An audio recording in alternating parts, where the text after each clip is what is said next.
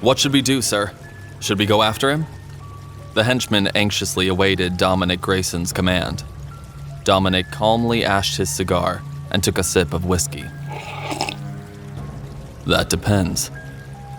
Do we know where he is? Not yet. All we know is that the tiger is back. What should we do? The kingpin puffed his cigar thoughtfully. Let him jump around for a bit. He'll come out of hiding eventually. And when he does, we'll strike. And this time we catch him. We won't make the mistake of putting him in a cage.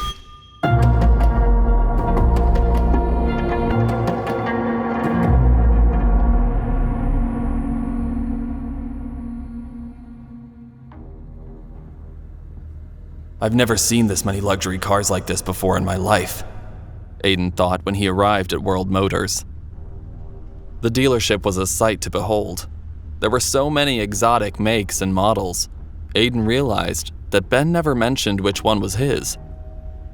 Excuse me, a receptionist stood up from behind her desk. Are you Aiden Callahan? That's me. Aiden noticed the receptionist eyeing him up and down, snickering at his drab clothes. Well, you're certainly not dressed the way I thought you'd be. Before Aiden could reply, the manager of the dealership emerged from his office.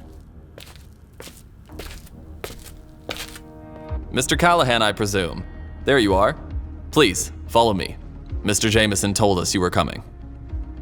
He led Aiden to a private showroom in the back of the dealership and gestured to one of the cars. Here it is, your new ride. Ben told us to customize the exterior for you, so you can keep a low profile. Aiden frowned. He knew the car had to be expensive, but the outside left something to be desired. What a piece of junk. It's got dents and scuff marks all over it, and it desperately needs a new coat of paint. Before Aiden could express his disdain, the manager disappeared. I'll go get the paperwork ready, he said on his way out, leaving Aiden alone in the showroom. Or so he thought, until out of the corner of his eye, he noticed a beautiful young woman with auburn hair staring at him. Wait, isn't that one of Ava's friends?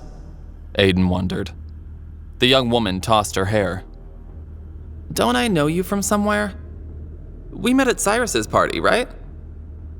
Aiden nodded. You're friends with Ava?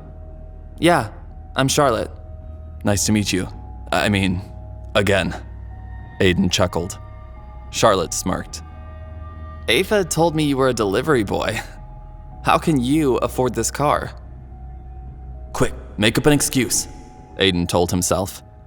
She can't find out who you really are. It's a work car. I got a new job, actually. That's why I'm here. Charlotte nodded. Well, since we're both here, let's take a picture for Ava. She'll be thrilled to find out you got a car, even if it's not really yours. She held up her phone to take a selfie. Aiden stepped out of frame. Maybe we should just keep this between us for now. Charlotte rolled her eyes. You're a bit weird. You know that? Sorry, I didn't mean to be rude. She smiled. That's okay. I won't take it personally. Well, it seems like we're both waiting for paperwork. Want to find some way to kill time? How about I take you to lunch while we wait? Aiden suggested. Charlotte tossed her hair. Sounds good to me. Just then, the manager reappeared, placing 2 sets of contracts down in front of them. Here you go. Just sign here. Charlotte rolled her eyes. So much for lunch, I guess. Aiden grinned. No way. A deal's a deal. He signed the dotted line of his contract. Come on, hop in. I can get us in at the Sapphire Club. Charlotte's eyes lit up. Really? Yeah, come on. Let's get out of here. Aiden drove Charlotte to the Sapphire Club in his new car, tearing through the streets of Chicago.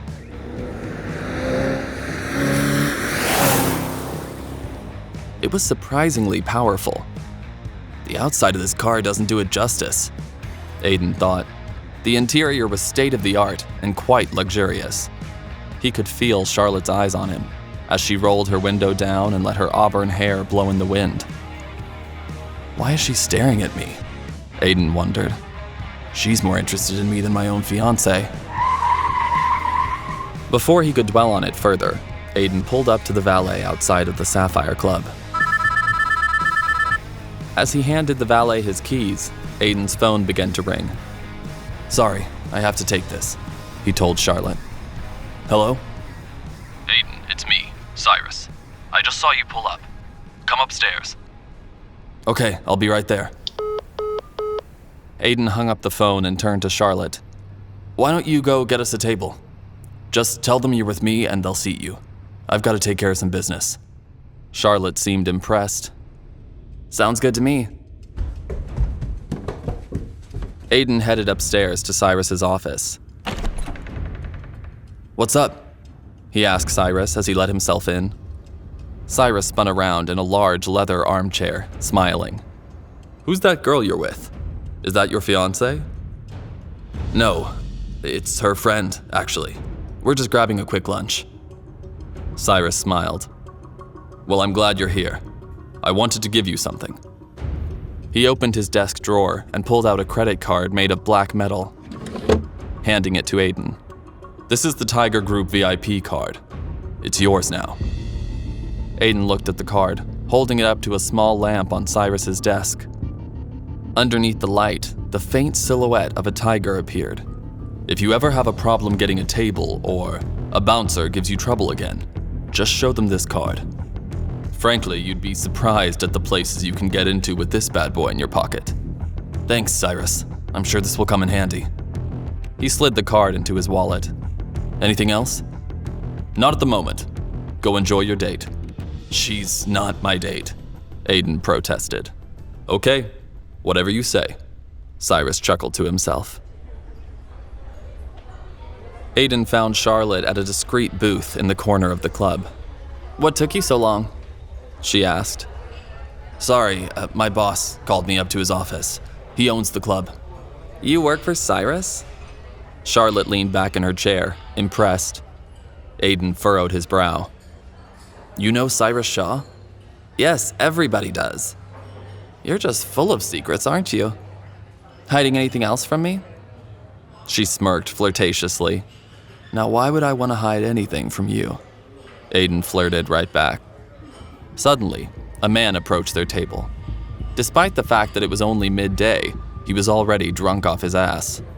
He leered at Charlotte. "Hey, gorgeous. Can I buy you a drink?" Charlotte scoffed. "No thanks, I'm good." "Hey, come on, lighten up. How about a smile?" The man slurred. Charlotte's face grew flush. "I said no. Keep it moving."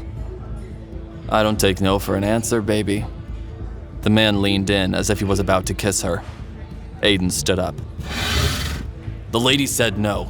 Now how about you go back to your table and nobody gets hurt, okay?" The drunken man scoffed. "Yeah, right. What's a scrawny guy like you gonna do about it? You probably can't even afford to pay for her lunch." He shoved Aiden, and without a second thought, Aiden landed a punch square on the man's jaw. Shocked, the drunken man swung right back, and the two began to fight. People all over the club started recording the fight on their phones. Charlotte jumped up from her seat, backing up in fright. Without much effort, Aiden knocked the drunk man down to the ground. His nose started bleeding. Then Aiden looked up around the club and noticed people filming. "Oh shit. Can't let this video get out. It won't look good for me." "Come on, Charlotte. Let's get out of here." Charlotte started to grab her bag and follow Aiden when the club manager approached him. "Just where do you think you're going? You come in here, attack our clientele, and now you think you can just leave? I'm calling security." Charlotte stepped forward. "Wait, you don't understand. He was only trying to defend me. This creep came up to me and wouldn't leave me alone." The club manager crossed his arms. "It doesn't matter. You still threw the first punch, and now we're going to have to get the police involved." Aiden suddenly remembered the gift Cyrus had given him. Actually, I don't think the police will be necessary. He whipped out his wallet, flashing the Tiger Group card at the manager. The insignia of the tiger shimmered under the club lights. The manager's jaw dropped. Oh, I see. My apologies, sir. I didn't realize. The manager looked terrified and stammered over his words. You're right. There's no need to get the police involved. We'll escort this man off the premises. Aiden smiled. Good. See that you take out the trash. The manager snapped his fingers, and 2 bouncers dragged the drunk man out to the street. When they got to his car, Charlotte turned to Aiden, a mysterious look in her eye. What just happened back there? How did you get that guy to leave us alone? Aiden thought carefully to himself. I can't tell her about the Tiger Group. I barely know this girl. The best thing I can do is keep my identity a secret. I work for Cyrus now, remember? Aiden smiled at her. Let's just find some other place to have lunch. I'm still hungry, and I'm sure you are too. Charlotte looked dissatisfied with his answer, but decided not to push the matter further. Okay. How about that place over there? Looks like they have food. Aiden looked where Charlotte was pointing. Club Kane? Dominic Grayson owns that club, Aiden thought. That place has to be swarming with his thugs. Not a good idea. Then another thought occurred to him. Actually, this might be a good chance to gather some intel on the enemy. If I'm gonna take Dominic out, I'm gonna need to know his weaknesses. A mischievous smile flashed across his face. Aiden turned to Charlotte. Club Kane it is. Sounds perfect. Will Aiden be able to keep his secret identity from Charlotte?